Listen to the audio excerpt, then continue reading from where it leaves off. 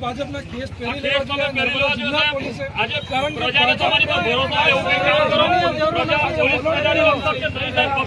થોડી માનવતા તો રાખો તમે લોકો.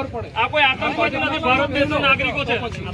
સાહેબ હવે તો તમને લોકો ત્રાહીમામ થઈ ગયા છે, હેરાન થઈ ગયા છે. ષડયંત્ર છે. ઓર્ડર ના બગડે એના માટે સાહેબ અમે ક્યાં બગાડે છે? અમે કોઈ ક્રિમિનલ છે.